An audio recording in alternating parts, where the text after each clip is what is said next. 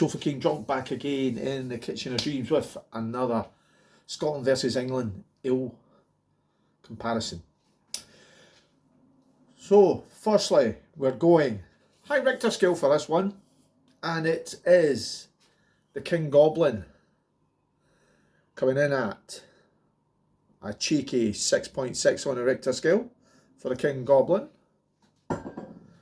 Representing Scotland, we have the Orkney Dark Island Dark Ale, 4.6 on a Richter scale. And the next one from England is a Theakston's. What other one could it be? And it's the Old Peculiar, 5.6 on a Richter scale for the Old Peculiar. 3 absolutely outstanding ales. So we'll get them sparked open. Get the old trusty BB Badfly. So we'll go in the order that I've showed you them. So here we have the King Goblin Crown. That's actually quite cool. I quite like that. King Goblin. So let's get it in a glass. See what it's all about. 6.6 on the Richter for the King Goblin. I used to be a fan of the Hobgoblin, but I'm not so much now. And do you know what? It's the only beer I did not like in cask. Normally when you drink a bottle of beer and you quite like it, I'm talking about the old recipe. And then I was in England. I think it was just Newcastle or something I was in, and I saw it in cask and I tried it. Oh, whoa, it wasn't for me. I just did not like it. So here we have the culprit in the glass. It looks quite light on my camera, but believe me, it's a sort of dark mahogany type colour. Nice big fluffy head. None of these beers have been in the fridge. They've all been out. So let's get that. That's the King Goblin. Representing Scotland is the Orkney Dark Island. This I have had on cask, and it's outstanding. An absolutely outstanding beer from an absolutely outstanding brewery. So here we have the bottle crown. Put that down there. And put that in this glass. Dark Island. I know the Richter scales are not beside each other with this, but it's a Scotland England, and to be honest with you, they're 3 outstanding beers. So it's going to be hard to pick from them, to be honest with you. So here we have it, dark, nice as you expect. Dark sort of slightly, no it is actually, it's just dark. So anyway, that is your Orkney Dark Island. Last but not least is the Theakston's Old Peculiar. This is outstanding beer. I remember drinking this in cask in York, in a pub that Dick Turpin used to frequent a way back. Whenever Dick Turpin was about 1700s, was it? Something like that, anyway. So the Theakston's Old Peculiar, I've had this many's a time. I've sessioned the arse out it quite a lot. So we'll get that in the glass as well. Nice big fluffy head to it. Kind of reddish tinge. Not as dark as the Orkney Dark Island. Reddish tinge. So anyway, let's get in for noses. So we'll start with the King Goblin. Head's sort of died off it a bit. So we're in for the nose. Oh, nice sort of earthy nose to it. Earthy hops. Fuggles. Is it Fuggles? Or Fuddles? Fuggles? Fuggle hop. Coming up there to greet me. Sort of like brown bread. So anyway, it's all about the drinking. So it's a Scotland England challenge here again, and it's Sofa King drunk drinking King Goblin. It's 6.6 in a Richter. Slanjiva.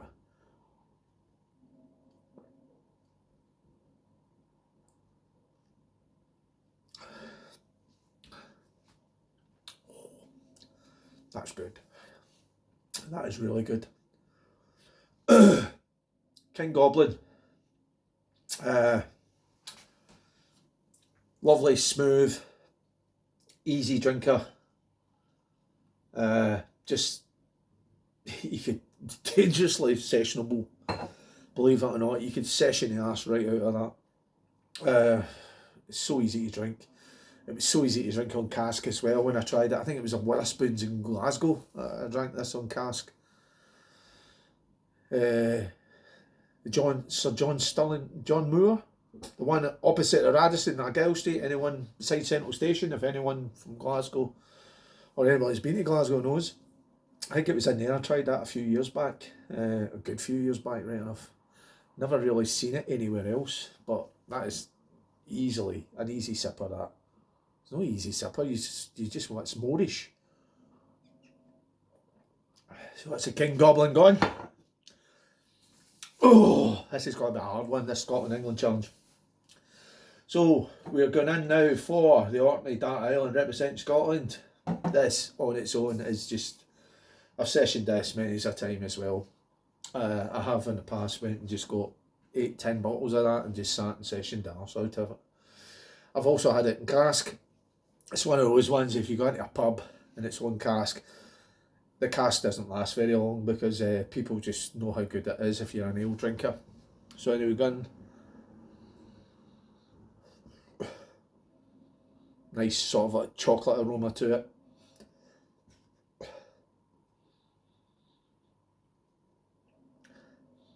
This is one of those beers, it's only 4.6 in the Richter scale. It's one of those kind of beers you actually think it should be stronger when you're drinking it. It does not suggest to you that it's only 4.6. I've always got that from Orkney Dark Island. Always. So anyway, Slangy let's go and see what this has to offer.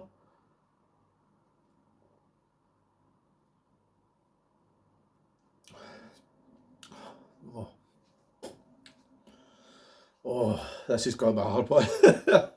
This is going to be really, really hard. That is so sessionable. Lovely chocolate, light roast, creamy glide over the tongue.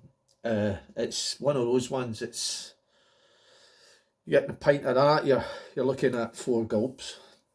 Or even 3 gulps, to be honest with you, if you get your drinking head on. It is an absolutely outstanding beer. These guys don't make shitty beer. Lightly carbonated. Carbonation against the King Goblin is a lot softer. King Goblin, actually, believe it or not, I felt the carbonation, I forgot to say, but not taken away from the beer. This is easy drink. Easy drinking experience.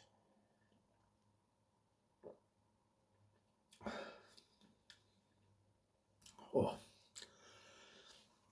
lovely light roast in the background, chocolate, nice sort of a little bit of vanilla in it too.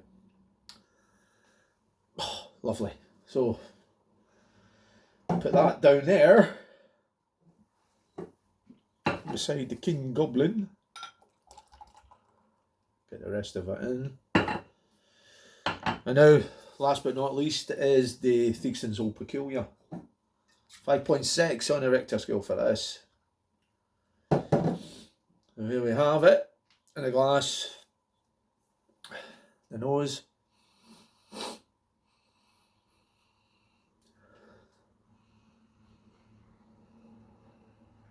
But to be honest with you, I'm not picking much off the nose from this one. Not like the Dark Island. It's all about the tasting. That's what we know. And this is an outstanding ale on its own as well. Sophie King drinking Theakston's Old Peculiar. Representing England, Slangy Va.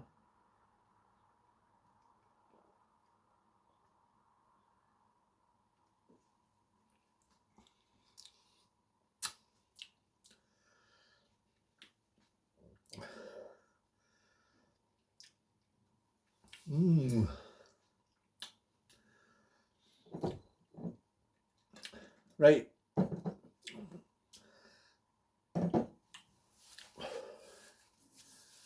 On the strength of these 3 bottles, the Theakston's was winning before the bottles were opened. in my head. And the Old Peculiar. Now, I got nothing on the nose, which kind of surprised me. And I'm just looking just to see. It's well in date. It's dated November 2023. So I'm not getting that. I didn't get. I didn't get the nose, and the taste is pretty bland on this, and the bottle is well in date. And it's unpasteurised and cool filtered, which really is surprising. It surprised me. I know you probably could get beers that are, just went wrong. They've went wrong, like so. Someone's just messaged me there. Beers that have went wrong somewhere along the batch, and I think this might be a rogue batch, to be honest with you. Nothing on the nose, to be honest with you, pretty tasteless.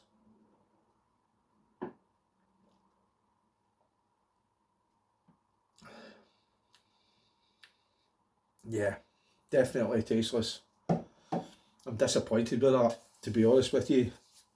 But it was, as I said, when you look at on paper, it was the one that was going to, when I looked at that, the one that was going to win. But the other two, you probably guess by the way I'm speaking just now what's coming in third. So anyway, I've got to score them.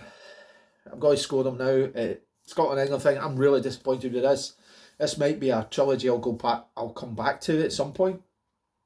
The Theakston the Old Peculiar, 5.6 in the Richter scale, gets the third spot on the Scotland England challenge or comparison here. This is a hard one. This is a really hard one because second spot is really, it's like a joint double one spot, to be honest with you. It's the winner's podium. There should be two bottles sitting up there, but what do you give? What do you give it? And before we go any further, because I'm Scottish, it doesn't mean to say it's biased. No, it's not. It's all to do with the ale and what's good and what's not so good. Well, it's not. Really, the two of them are great. Great ales. Mr. Bullman's Beer Reviews said I was going to do another Scotland England's bias towards the Scottish beer. Are you right? Are you right? Are you wrong? You are so wrong on this occasion, and it's so hard to choose between them, but second spot has to go to the Orkney Dark Island. I can't believe I'm saying this. That is an absolutely outstanding beer. But it gets the second spot. So that means there's only one clear winner. And that's the King Goblin. It's 6.6 on the Richter scale.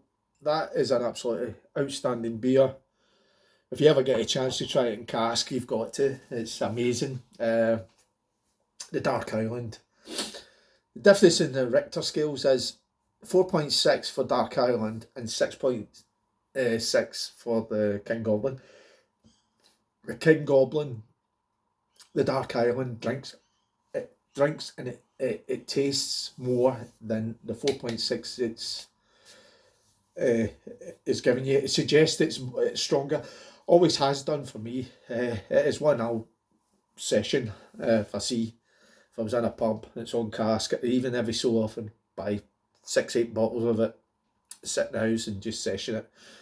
It's an absolutely outstanding ale, but sadly it drops into the second spot in this one.